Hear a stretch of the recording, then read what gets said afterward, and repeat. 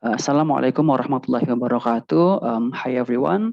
My name is Rafi. So I'm going to be your education score for Innovations and Creativity Carnival 2022, along with Thawi, my friends. But in this recording, I'm going to be handling several things. First of all, I'm going to be explaining you about the technical meeting.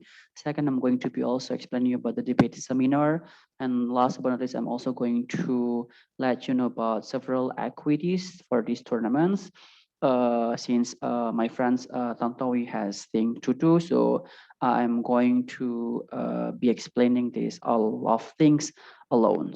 First thing first, I would like to say thank you very much for all the players who are already registered and want to join this UICC 2022 tournaments. We're more than happy to welcome you guys. Since this is a UICC, the first time holding their UMSU Innovations and Creativity Carnival 2022. So, yep, I say it once again, welcome. And I hope you guys going to get something from this recording of uh, the tournaments. So first of all, like you guys have already noticed in the poster that UICC is going to use the British parliamentary system. There will be two sides in the government and oppositions. There are also four teams consisting of two speakers, like in opening government, opening oppositions, closing government, and also closing opposition. So there will be four teams going to debating and competing in a room. Cast building or preparations time is 15 minutes, then each speaker is given 7 minutes and 20 seconds for their substantive speech. POIs between the first and the 6 minutes. I think these general informations, all debaters have already understand about this. Now let's talk about the general instructions for these tournaments. UICC is going to have 5 rounds in total, 3 preliminary rounds, and in the first day, in the second day, we are directly going to have semi-final rounds and final rounds. Since we are already have 20 teams registered, that's why the adjudication score divided that after 3 preliminary rounds, we are directly proceeding into the semi-final rounds and the final rounds. All the motion is impromptu. There will be no preparations motions. And the match for the teams, we will going to use our Heroku app. So it's not going to be within the interest of adjudication score or other the adjudicators who is setting the teams that is going to be matched with other teams. So we will genuinely use Heroku app. Next, each participant must change the name format according to the provisions listed in the technical guidelines, and all participants must dress free and politely, obey all the rules in the competitions, and behave well.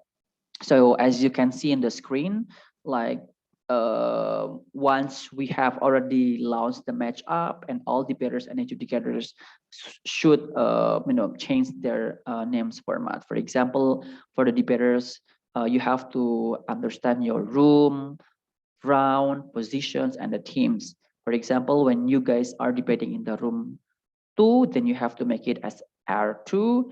Then since it is the round 1, you have to make it 1. Then your positions, whether you guys OG, OO, CG, or CO, then your team's name, like in the room 2, in the first preliminary round, your position is opening government, then your team's name is UDS, and the adjudicators format is also the same as in the debaters format. Now let's talk about connections problem if the network is disconnected. First of all, during the debate, if during the debate the debater who is talking suddenly leaves the breakout room and does not return within 5 minutes, the opportunity to speak is represented by another team member. For example, when you are in opening government and you are speaking for the prime minister, but suddenly you guys are leaves the breakout room, and the judges or the adjudicator is going to give you within 5 minutes at max to wait you come back to the breakout room. But since within that 5 minutes you are not able to be back or return back in your breakout room, then the chance to speak is allowed to be represented by your team's member. Okay. Second, if the debate is about to start and a team member is not present in the breakout room, the team member who is in the breakout room can do Iron Manning. Okay. The worst case scenario when the debate is about to begin and we are doing a roll call, but your team's not you are losing of your one of your team, you are allowed to do Iron Man. But the rules is each team can only be allowed to do Iron Manning one time for whole preliminary rounds. But um, if you are doing it for more than one time, then your team is not eligible for a break. Okay, you're not going to be able to proceeding into the elimination rounds because you are doing Iron Manning for more than one time. So make sure your connection and your team is not lost. If you are if you don't want if you want to be eligible for a break, so just make sure we are as the adjudication score is giving you a time for one time only to do Iron Manning.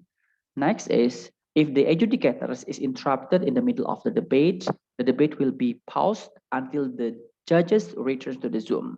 So as a teams debating on that room who is losing for their adjudicators, please soon as possible contact the committee. Then we are going to kindly help you to contact the adjudicators to soon come back to come back faster to your room so your debating can be continued as the adjudicators already come back to your room.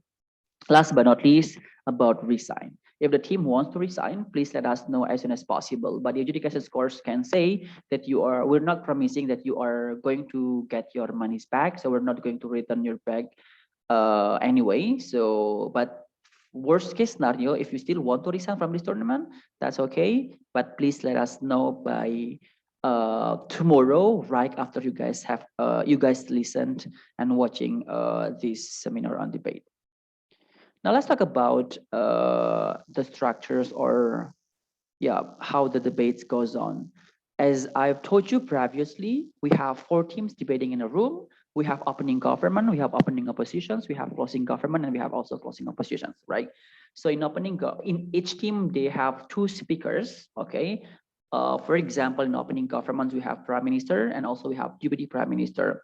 In opening opposition, we have leader of oppositions and also we have deputy leader of oppositions. In closing government, we have member of government and also government whip. In closing oppositions, we have member of oppositions and opposition whip. So how the debate start? So the debate is going to be started with the prime minister. The prime minister is the first speaker who is going to start the debate, then continued by leader of oppositions, then continued by deputy prime minister, and the list goes as follows. Okay, this is exactly how the debate is about to start during the debate. Point of informations. The maximum length of POI is 15 seconds. So you're not able and you're not allowed to speak for more than 15 seconds because it is going to,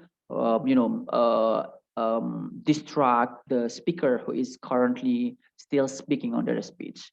Okay, so make sure if you are going to give the POI, you are only have a time for 15 seconds at max. Do not badger the speaker into accepting your POI. Do not cut someone in the middle of his or her POI. A POI may be repeated if the speaker in front asks for it. So the point and the conclusion is your POI is okay and you are exactly and obviously has the right to offer the POI as long as you're not intentionally going to disturb the speaker who is still speaking as your opponent. Rank. Okay, since we have 4 teams debating in the room, so of course we have the first rank, second rank, third rank, and the fourth rank with the points. First got the 3 points, second got second point, third rank got 1 point, fourth rank got the 0 points. So the total points from 3 preliminary rounds will be determined whether your team will break in the elimination round or not. Type of motions. So we have two types of motions. First of all, it's called as a proposal motions. And also second of all, we have a value judgment motions. So in the proposal motions, of course, there is a problem that requires a solution. Later on, I'm going to be explaining you deeply about the type of arguments dealing with this proposal or value judgment debate. Example, in the proposal motions, like this house would intervene North Korea. So it's North Korea. It's kind of um, long story motions, okay? And there is a problem within the North Korea and the South Korea, and that problem requires a solution, and you have to do something that it requires the mechanism, the model, and how to solve the problem as soon as possible. That's why we call it as the problem that it requires a solutions. Value judgment debate, debating whether or not a phenomenon brings more harm or good. For example, this house regrets the rise of consumerism. So the debate should be about whether or not that the rise of consumerism will more likely to give more benefits or to give more harms. So it is not as what in the proposal debate. So yeah, you just only should have burden of proof that you have to prove whether or not this consumerism will surely have more benefits in comparisons to harms that is created by this rise of consumerism. Let's talk about the deep job of each speaker in this role fulfillment in the opening half. The Prime Minister is the first speaker in the debate. What is the job that this first speaker has to do? First, setting up the debate. A setup contains context, definitions, parameter, framework, stance, and model if needed. A setup must be clearly linked to the motion as a whole, reasonable, and debatable. Next is arguments to support the setup. Okay, so make sure this is exactly like the descriptions of what is your first speaker as the Prime Minister should do during the debate. Okay. Next, if the setup brought by the Prime Minister, okay, okay. Before we jump into the leader of positions, so setup contents of context. So you have to be very clear into the context that you are going to talk about, the definition of the motions. I think a definition does not merely about literal definitions from the dictionary or other type of tools. So you have to define as logic as possible. Hence, it is understandable for all debaters. You should not define each words of the motions anyway. And you also need to explain about the parameter of the framework, your stance as the Prime Minister, and a model if your motions requires you to have a model of or mechanism. A setup must be clearly linked to the motion as a whole, reasonable and debatable. Of course, as a Prime Minister, since you are the first speaker who is going to open the debate for the whole debating, so you have to make sure that your setup is basically reasonable and debatable for all debaters, because when you are not providing with those debatable and reasonable context, I think that's not strategic for you also as opening government, because the debate is going to be not that good. Okay, then after that, after the setting up the debate, then you have to go to the next step. That is, you have to provide your argument as the first speaker. Now let's talk about the role fulfillment of the leader of oppositions. If the setup brought by the Prime Minister is unclear, or the Prime Minister does not bring any setup, the leader of oppositions has the right and responsibility to set up the debate. But that is not recommended. I think like you have to think more sure, like 1,000 times, whether or not that your Prime Minister case or setup is unclear. But when you have no problem, or the setup that has already been contexted by Prime Minister has already been clear, then you should not necessarily do reset up again. But if that happen, what you have to do is that declare your stance as the oppositions. First, stick with the status quo. It is necessary to explain what status quo entails. So, or bring a counter proposal as or counter model. I mean, if you are about to say stick with status quo, you have the obligations and the responsibility to further explaining what is happening in status quo right now, why status quo is basically fine, or you guys need into changing into new proposal or something like that. Okay, so as opposition's leader, you also need to have your rebuttals against your prime minister as the first speaker as of your opponent, rebuttals for the arguments brought the prime minister. Questioning your opponent is not considered as rebuttal. So make sure your rebuttal is not only in the matter of questioning, because questioning does not answer anything. Okay, you have to also explain your rebuttals, why then arguments brought by your prime minister is not that necessarily important, or is not that, necessarily related with the motion that you are going to discuss about. Then finally, you have to also have your own argument as leader of opposition. Definitional challenge. Well, this is possibly and probably rarely to happen, but when this is happen, now let's talk deeper. Well, when the prime minister speaking as the first speaker might offer a definition in which it is hard to debate, when this happens, here is what the opening opposition can do. First, think and check back, think and check again. Hard to debate. Point out the unfairness of a definitions, yet carry out as it is.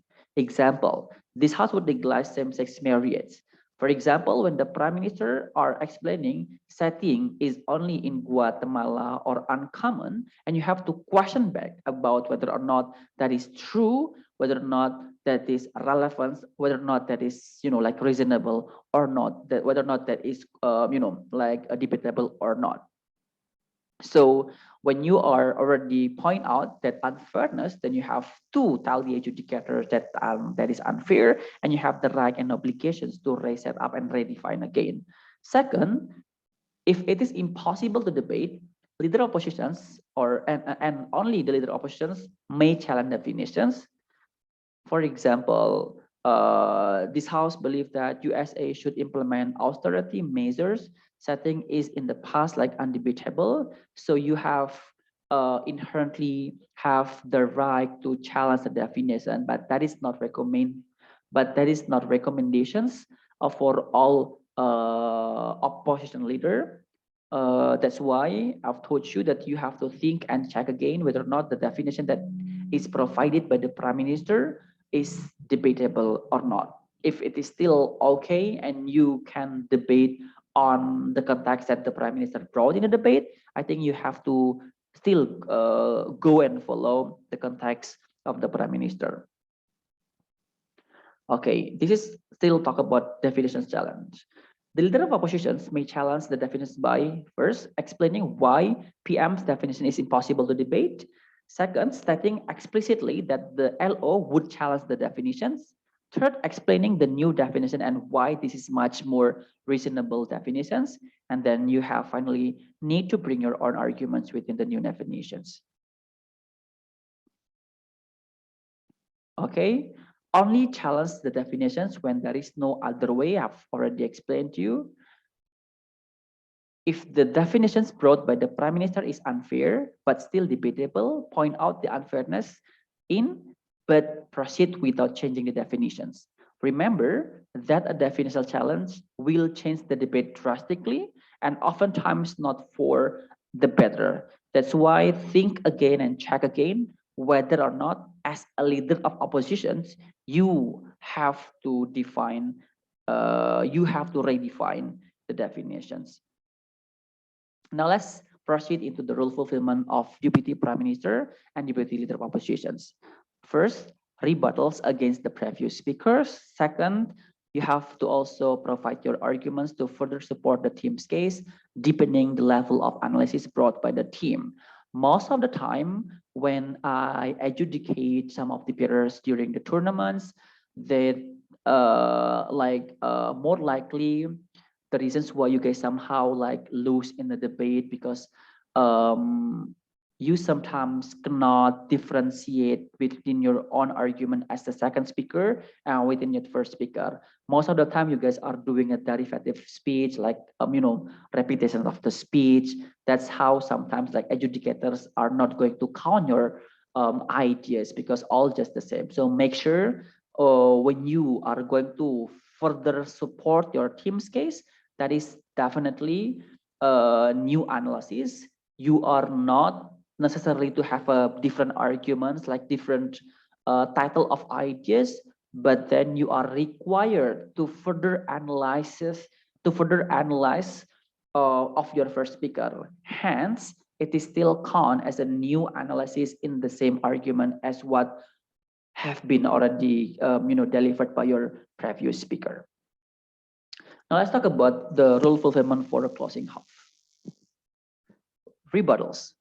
Bring an extensions to debate. An extension is defined as anything that has not yet been said by this by that side of the debate. So as a closing half, you have to be very careful within the ideas that is going to be your point. So please bear in mind that you have to note down all the things that has been already talked by your previous team, like in opening government or in opening oppositions, for example. When you notice that there is still a lack of ideas or argumentations, then that is can be your new extensions.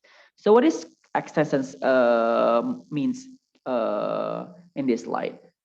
An extensions may consist of first new arguments which have not yet been made in the debate, second new rebuttals, third new examples, fourth new analysis or explanations of existing arguments. Yep. So all the closing of government or closing of oppositions, you are required to differentiate your team within your previous team as opening government or opening oppositions. Okay, when you have a new arguments, that's very good because maybe that's going to be your strategy to win the debate in the whole, for example. But then if you are not having a new argument, that's still okay for you and you can still have a chance to win the debate by providing new rebuttals, new examples, and new analysis, because it is different between new analysis and new arguments. Okay, you can still talk the same umbrella. For example, when you're opening government still talking about the human right, for example, you can still continue to further analyze about that human right, but make sure that the level of analysis about human right need to be very different within the explanation that has been already explained by the opening government. If you are not able to provide different things compared to your opening governments, I think that is derivative and that is a repetition, and that's so very unfortunate for you as closing government or as closing of oppositions to win the debate. So make sure that all things on you is new anyway. If when you are able and you can provide new argument, that's good. But when it is not, you can still continue the same ideas within the same within the different and new analysis. That is exactly what closing half need to do. Rebuttals, okay. Amplify, extension. Oh, this is government with and opposition sweep. You have to provide rebuttals, then amplify extensions materials brought by the member of the speaker. The whip speaker are not able to bring new matter. Okay, must not bring new matter. New matter means completely new line of argumentation that has not been touched before by your team's member as a member of government or member oppositions.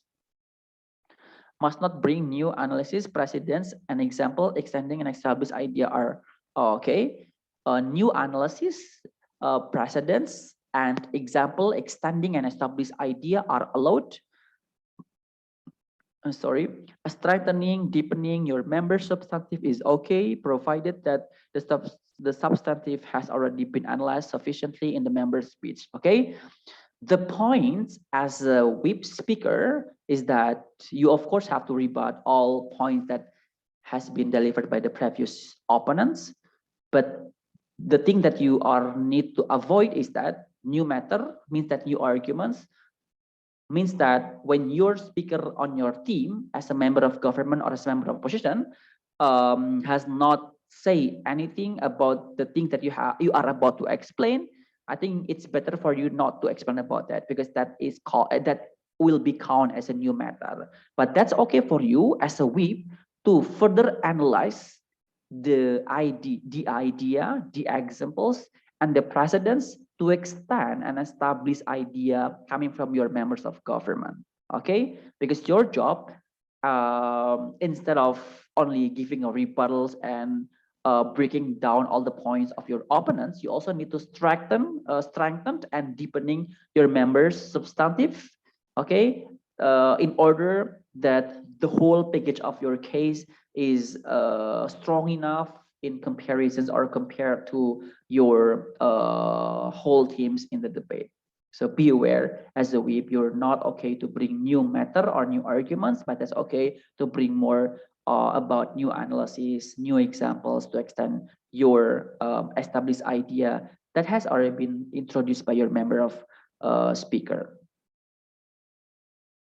Okay, the important note is that no automatic lose or win in the debate. So the adjudicator will not automatically make you lose or make you win in the debate, because the adjudicator will holistically judge the debate by entire debating performance by you. Second, there is no such thing as automatic lose due to unfulfilled rules.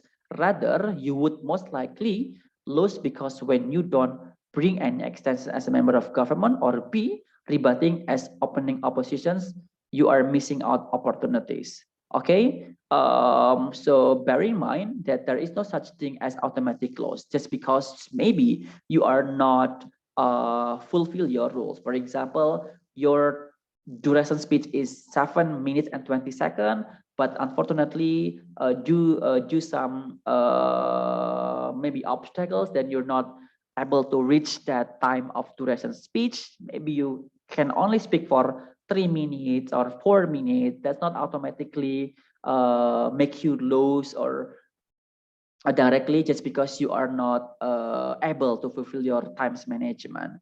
But when you win the debate, that also does not automatically make you win just because maybe you are fulfilling the time, like even like more than 7 minutes 20 seconds, and such and so on and so forth. So the adjudicator will judge fairly according to the performance and your arguments. Third, do not worry about labeling your substantive as rebuttals or arguments. We value your analysis. Okay, so rebuttals can also make you win in the debate as long as your rebuttals containing the structure of good analysis and argumentations. So as the judges, we value all your effort, and do not worry that your performance will be valuable and will be valued fairly by the judge based on your analysis. Now let's talk about stance and mechanism. Stance is about what you are proposing or what you are trying to prove. For example, like this house would set Truth and Reconciliation Commissions to the victims of 1998. The stance is setting up the TRC and prohibits people from going to trial. So make sure that in every debate as opening governments or other teams, you also need to propose your stance. Another motions is this house regard the rise of choice feminism stance to prove that the concept of choice is bad in achieving the goal of feminism. So every teams, for example, specifically in opening government, you are need to strategically make your stance as a team. What is your standing positions as a team within the motion that you guys entirely want to debate? Now, let's talk about arguments. An arguments can be philosophical or practical. Both arguments should be equally valued by the adjudicator, and arguments should answer. Number one, there is no such different, I mean, like, there is no such a different way how to value and score philosophy or practical arguments. I think both are equally valued, both are equally important. So there is no a comparisons between which one is most important, whether philosophical argument is more important compared to practical arguments. No, all the adjudicators need to fairly judge whether or not the debaters is going to explain by the approach of philosophical arguments or the practical arguments. And then how the argument should go. The argument should answer several things. First, how is the argument true? In a practical arguments, explaining how the arguments can work to achieve a goal. In philosophical argument, explaining how there is a right or responsibility to fulfill. Second, why is the arguments important? Comparing why your argument is more important than opponent's arguments. So let's talk about the first thing. How is the arguments true? I think it's very important for everybody of you or for every debaters to explicitly and to comprehensively analyze and explain to the adjudicators when you are about to convey one argument, then you have to also prove that why your argument that is going to be explaining is a true, explaining how the argument can work to achieve the goal. Because in a practical, for example, you are going to introduce a new proposal, a new mechanism to against the status quo mechanism, then what is the difference between your current or new trend of proposal compared to status quo, compared to the mechanism or the model that has already been exist in the status quo? Then you have to make it and explain it clearly how then between two different why your way is going to be workable in comparisons to your opponent teams.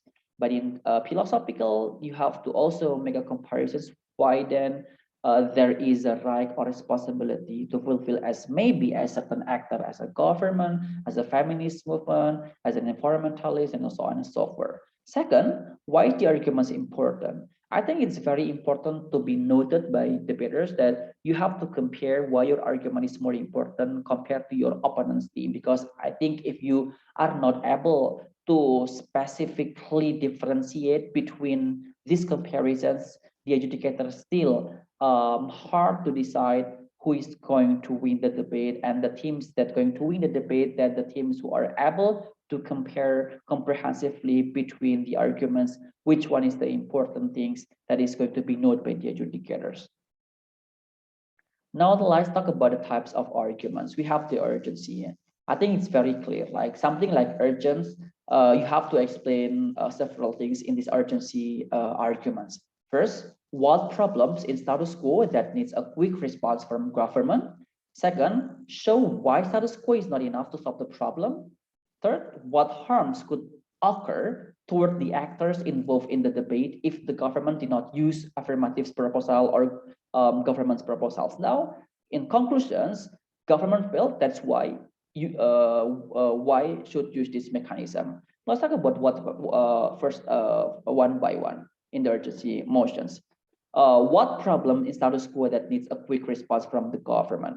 So as a prime minister or as a debater, when you are about to explain the urgency arguments, you have to clearly explain the problem that is exists in status quo right now that is not solved yet by the government. Then you guys need to explain why that problem have to finish as soon as possible by the actor according to the motion. When the motion is required, the actor of government, you have to tell clearly to the adjudicators that the government need to solve the problem as soon as possible. If it is not, there a lot of people maybe die. For example, like debating upon the motion of this house would ban smoking, then the government realized that there are a lot of problem exists in status quo right now, and you also, as the prime minister, already explained that status quo mechanism, the existing rules mechanism does not work at all. Then you are introducing a new proposal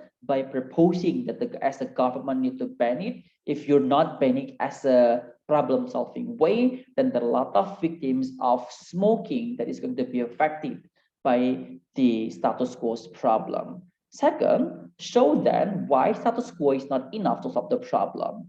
Yeah, acting as a prime minister or as a government team debating upon the motion of banning smoking, you have to show to the adjudicators that all things in status quo does not work. All existing mechanism and a model has been applied for several long period of time, and that's not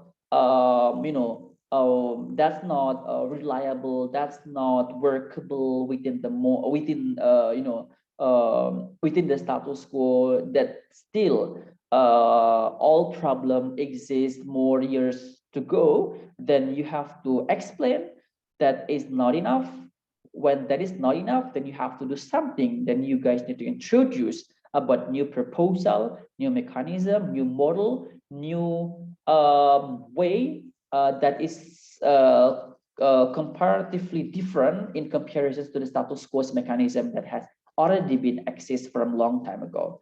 Then the next level, you are also need to explain about what harms could occur to what the actor invokes in the debate if governments did not use affirmative proposal. Then you need to explain that when the governments do not want to apply this new proposal, something will possibly happen, and tell the adjudicators what is going to be happening in the short moment or in the future moment when government are not using the new proposal of your team. In the conclusion, the government failed. That's why you should use this mechanism. I think that's very clear.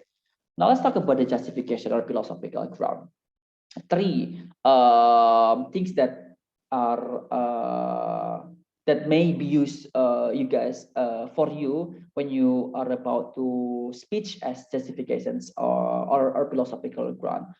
Number one, why the rights that you want to defend is important. I think this is very important, right? When you are debating over the actors, the teams that is going to get more, like value or score. Let's say that the team that is, clearly can explain about the rights that you want to defend. For example, debating over the issue of banning smoking, that what rights that you are going to defend, the rights of passive smoker, the right of active smoker, the right of people in general. For example, you have to specify and comprehensively differentiate into what type of right that you are going to talk about in the debate. That's why then after that you have to explain more clearly why the right that you want to defend is more important. How then the right that you want to defend are not enough being protected by the current status quo, for example, and you have to tell that very clearly to adjudicators. So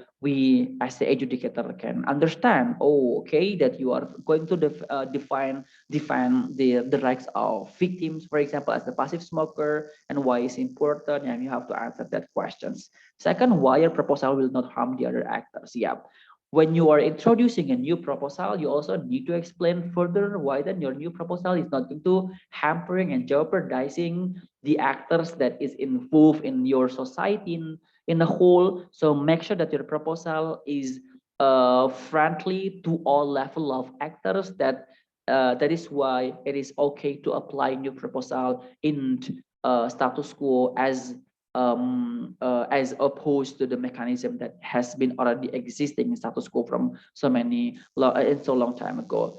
Last but not least, even if it is harmful to other actor, why is still justifiable to do your proposal?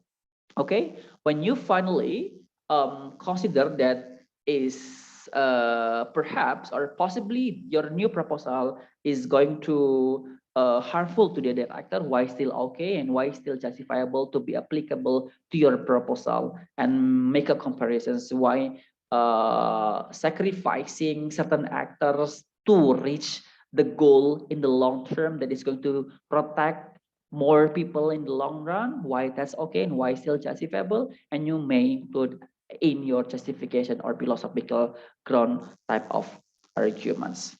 Next, effectiveness. What you can do and bring when you are about to explain the effective ideas of your arguments. First of all, what is your objective? State it clearly. How each of your mechanism can achieve each objective. Third of all, compare your effectiveness with status quo mechanism. I think it's very clear, right? So what is the objective of your proposal? For example, that you are debating about giving death penalty for a corrupter. The objective is that um, the corruptors, okay? Then status quo. And second of all, how each of your mechanism can achieve each objective. So your objective is that you're going to reduce or stop the actions of corruptions in your state, for example. Okay. Then third of all, compare your effectiveness with status quo mechanism. For example, you have to explain that the status quo right now, in the long run or in the long time ago, government has already been applying certain, punishment for this perpetrator, like for the corruptor, that is jailing or prison. Okay, and you need to explain why then prison is not effective, why then prison is not a good way to solve the problem of corruptions. Then tell and state it clearly what is your objective, that death penalty. Then you have to explain why then the death penalty is very better or is better compared to prison. You also need to state why then through using death penalty, it's going to achieve the goal of your proposal as a team, that you're about to reduce or stop the activity of corruptions. And that is going to be helping the adjudicators to understand in making a decisions that whether or not your team successfully in explaining why then your new proposal is better in comparisons to the mechanism that is provided by your opponent that is stick with the status quo right now. When you are not able to do that, I think you're failed in making sure that your new proposal is important to be applicable in status quo right now, when you're not successfully explaining that the goal that you want to achieve in the both team. So yeah, it's important as a team need to talk further and explain further comprehensively whether or not that your new proposal is creating a more effectiveness in comparison to status quo that has been already there since a long time ago. Last but not least, the types of argument is benefit or harm. So first of all, as a team, you have to explain the problem status quo in detail to relate the actor, main or secondary actor that you want to protect or settle the concept. Second, how is your proposal will bring betterment or harm status quo? I think debating over the issue of benefit or harm, you also need to prove to adjudicator why then the way that you are going to use in the status quo right now is going to create more benefits or more harms compared to your opponents. For example, when you are about when you are debating about the issue of banning smoking, for example, why then banning smoking is going to create more benefits for all layer of society, or in negative team, why then banning smoking is going to create more harms as vice versa. Okay, so benefit or harms is basically the way for you as a team to explain which benefit are going to be resulted by using the proposal of government, that literally new proposal, or the benefit will come from the opponent team who is still defending the status quo right now. So make sure when you're debating about your new or status quo mechanism, tell the adjudicator which the best way that is creating more benefits or outcomes or the good things that is not creating more harms in the status quo.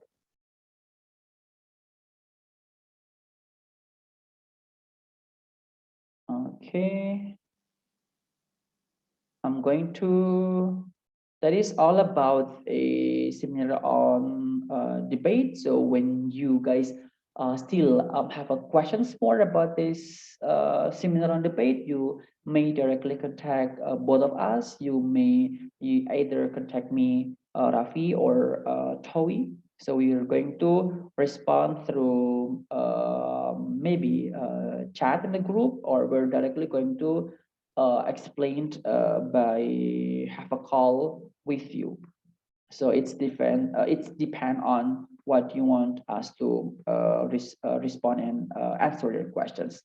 Now let's talk about the equity briefing. Okay, we want to ensure that this tournament can provide an enjoyable experience for everyone, regardless of the individual attributes. Given that there are many teams with different background in this tournament, we aim to make everyone familiar with ethical behavior in order to get used to creating an inclusive and safe environment. Okay, equity officer, we have the responsibility to ensure that the tournaments are inclusive, safe, fair, and respectful to all, investigate complaints, enforce policies to prevent potential equity violations actions. So what is the equity violations? Equity violation is a series of behaviors that offend your group, community, personal identity, or behavior that attacks protected attributes.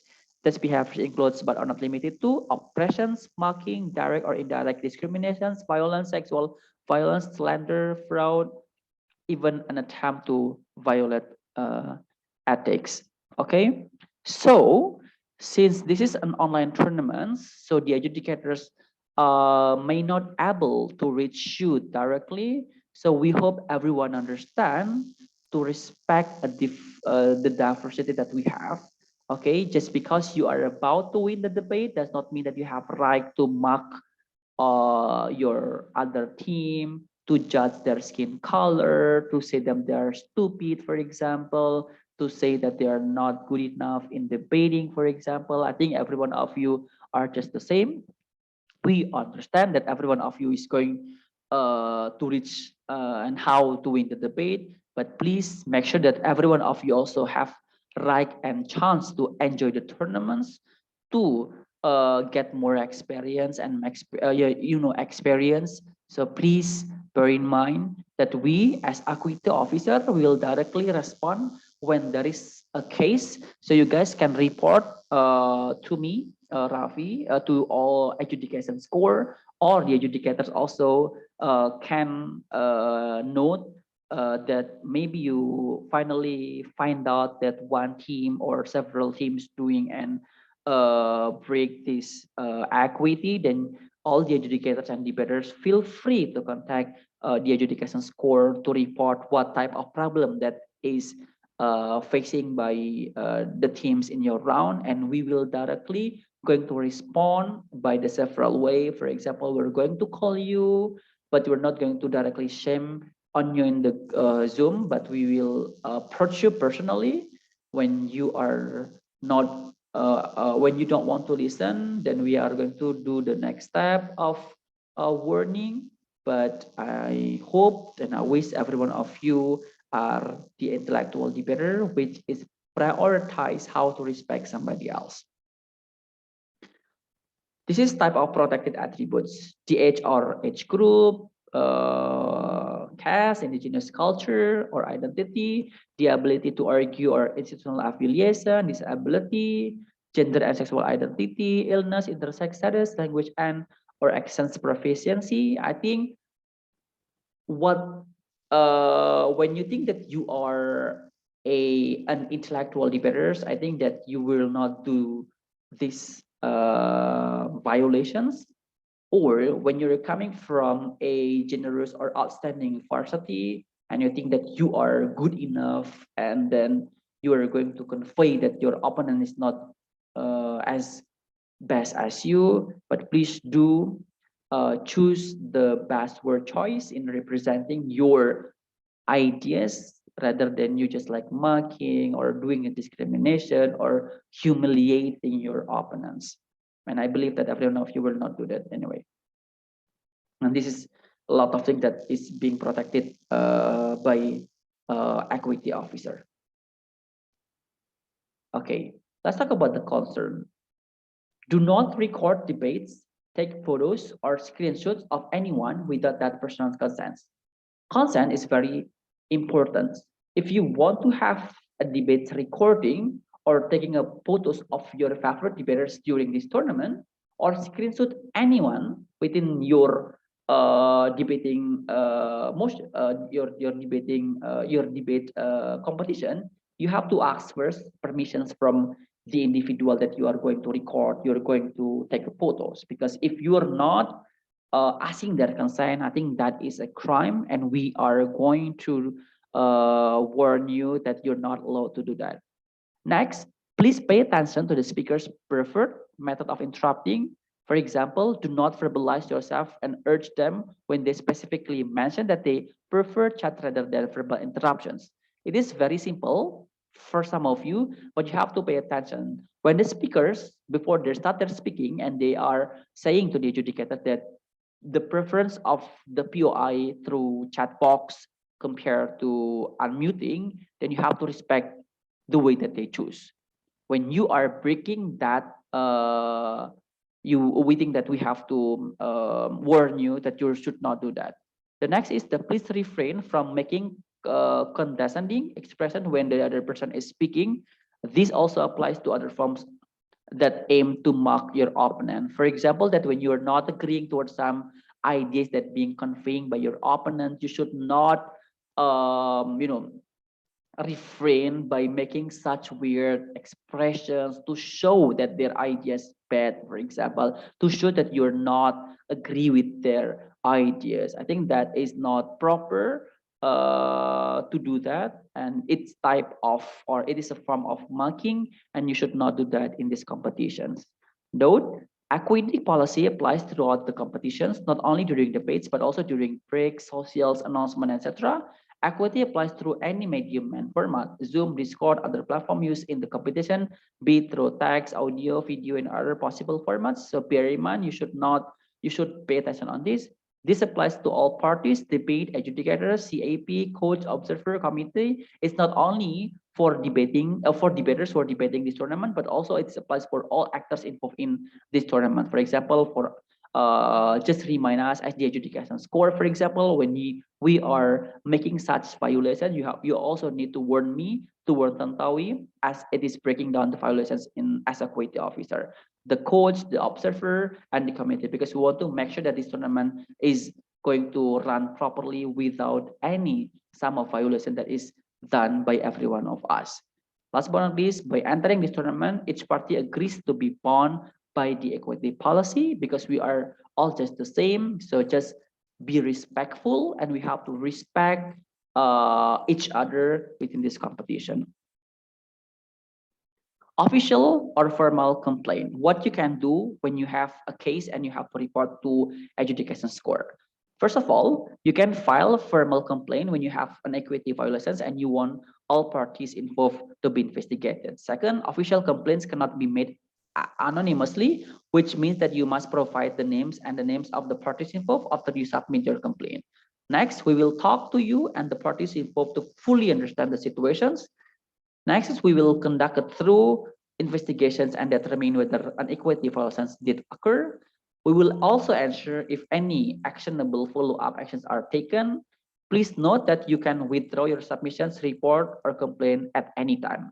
So first of all, when you have a case, then you can directly inform us through anything, through chat, through DM, or through everything that is informable and reachable for us. Second of all, you should not hiding your names when you are about to have a complaint. You have to mention clearly your team's name and what is the problem, and towards to whom that you're going to report the case. So we will understand, and we will also understand the situations. Okay, when you think that we need to do investigation, and we have to investigate and determine whether or not that your opponents, I'm sorry, did equity violations. Okay, we will answer your complaint is being heard and being listened, and we will of course going to approach the one that is breaking the violations. But at any time when you think that you have to withdraw your complaints, feel free to directly withdraw, and we're not going to continue a case by investigating them, and we were going to stop not doing investigations for teams that you're going to report. Unofficial or informal complaints. You can file an informal complaint when you experience inequity violations and you do not want all parties involved to be investigated, process it, or other further actions. Informal complaints can be made anonymously, which means you do not need to provide the names of the parties involved after you submit your complaint. We will talk to you to fully understand the situations. We will issue a public warning to everyone without mentioning your name. If the violations persist after a warning, we will answer. If any actionable follow-up, please note that you can withdraw your submission report or complaint at any time. So this is the way how the unofficial or informal complaints. Maybe if you don't want to show yourself, that is when you are about to complain or when you're about to inform the adjudication court within the violations. If a violations happen, what we have to do, equity officers can first talk privately with the parties involved, give a warning, facilitating mediation, a request for an apology is made, either public or private, depending on the case, recommend removing offenders in the tab or removing offenders from the tournament, and or involving law enforcement as necessary if the case is very severe, recommend other solutions deemed appropriate. So we will make sure as the equity officer, we will going to identify the case first, and we will going to talk and approach you privately, and we have to provide the best solution ever to solve the problem within the case that is informed by you.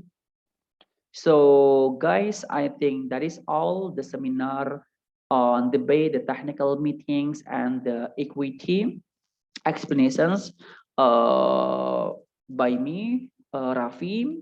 Once again, we are very sorry that we're not able to provide you with a direct seminar on debate, since me and Towie has something to do tomorrow. So we will make sure that all the participants get these explanations of this seminar on debating recording. So the committee will share this through YouTube, so everyone of you can access this and you can watch and listen this.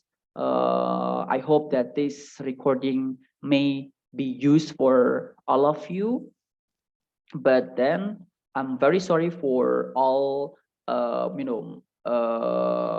bad things during this recording that I've made. For example, I do apologize for that, for some words that maybe do not that I'm not properly used in this recording. I'm very sorry for that. So furthermore, when you have still a further question that you are going to raise and you're going to ask, you are feel freely to contact the committee, or you can directly chat me, Rafi, and Tantowi to ask everything that may be still unclear within this recording of the technical meeting, seminar on debate, or the equity. Once again, thank you very much for participating in UMSU Innovations and Creativity Carnival 2022. Happy listening and happy watching. And I'll close this recording by saying Alhamdulillah and Assalamualaikum warahmatullahi wabarakatuh. And yep, good luck everyone.